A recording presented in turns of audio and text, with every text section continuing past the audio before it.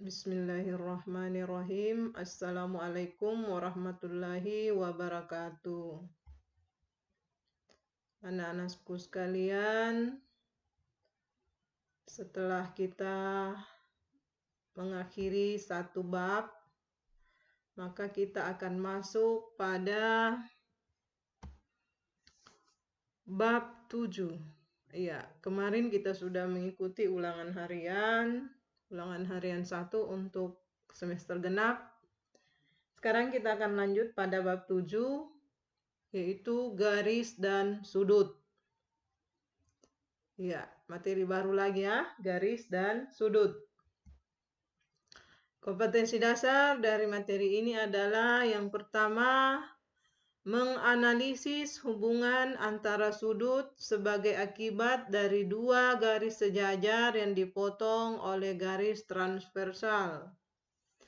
Yang kedua, menyelesaikan masalah yang berkaitan dengan hubungan antar sudut sebagai akibat dari dua garis sejajar yang dipotong oleh garis transversal. Ya, kita masuk pada bagian pertama, hubungan antara titik, garis, dan bidang. Ya, dalam ilmu geometri terdapat beberapa istilah atau sebutan yang tidak memiliki definisi. Ya, atau disebut dengan undefined terms. Antara lain titik. Ya, titik itu sebenarnya tidak terdefinisi ya apa artinya. Garis dan bidang. Jadi ketiga istilah ini sebenarnya tidak terdefinisi. Meskipun istilah tersebut tidak secara formal didefinisikan, tapi sangat penting untuk kita sepakati tentang arti dari istilah tersebut. Nah, kita perhatikan gambar. Titik, ini titik A ya. Ya, titik A. Kemudian, ya, biasanya titik, kata-kata titik ini sering kita dengar. Misalnya di posisi mana kamu berada, di titik mana kita berada. Sama misalnya di Google Map. Kalau kita mau cari alamat, kita lihat titiknya. Nah, itu yang dimaksud dengan titik. Jadi bukan titik tanda baca ya, bukan titik tanda baca seperti ini. Tapi titik yang menunjukkan posisi di mana berada. Kemudian yang kedua, garis. Garis ini disebut dengan garis RS. Atau bisa juga disebut dengan garis G. Ya, huruf garis G dengan huruf kecil. Satu huruf saya, tetapi kalau dengan huruf kapital, dia melalui dua titik ini, berarti dia garis RS.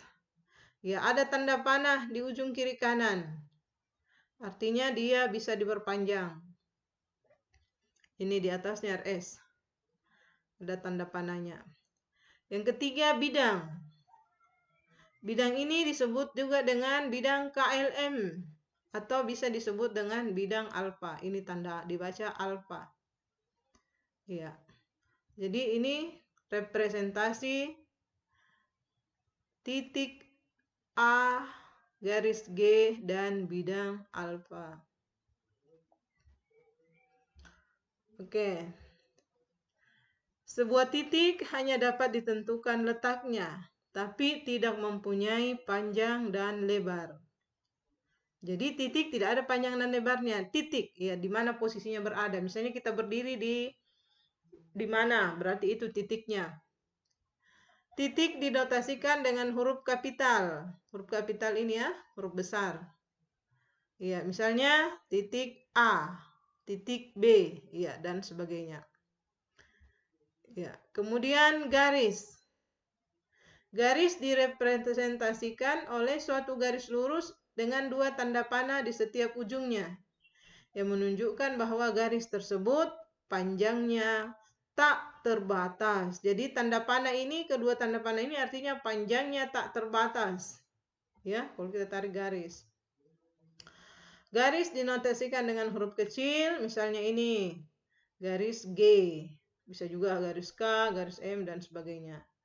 Garis G atau garis RS. Ya. Kemudian bidang datar. Bidang datar merupakan suatu daerah yang panjang dan lebarnya tak terbatas. Ya, kalau bidang ada panjang dan lebarnya. Kalau garis tidak ada lebarnya tapi ada panjangnya. Kalau titik tidak ada panjang dan tidak ada lebarnya. Itu yang membedakan dari ketiga definisi tersebut.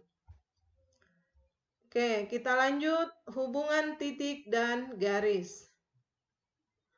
Hubungan antara titik dan garis dapat terjadi dalam dua kondisi. Yang pertama, titik A terdapat di dalam garis L. Ya. Yang kedua, titik B berada di luar garis M. Jadi titik B ini berada di luar garis. Kalau ini titik A-nya berada di dalam garis L. Jadi itu dua kondisi. Hubungan antara titik dan garis. Dia bisa berada di pada garis dan dia bisa berada di luar garis. Berikutnya hubungan antara titik dan bidang. Ya, sama dengan tadi, titik dan garis. Pertama, titik C berada di dalam bidang alfa. Ini. Kondisi kedua, titik D berada di luar bidang alfa, bidang beta. Ini tandanya beta ya. Ya, dibaca beta. Oke. Jadi sama dengan titik dan garis. Bisa di dalam bidang, bisa di luar bidang. Kemudian hubungan antara garis dan bidang. Ya. Garis L berada di dalam bidang alfa. Ya. Yang kedua, garis L di luar bidang alfa.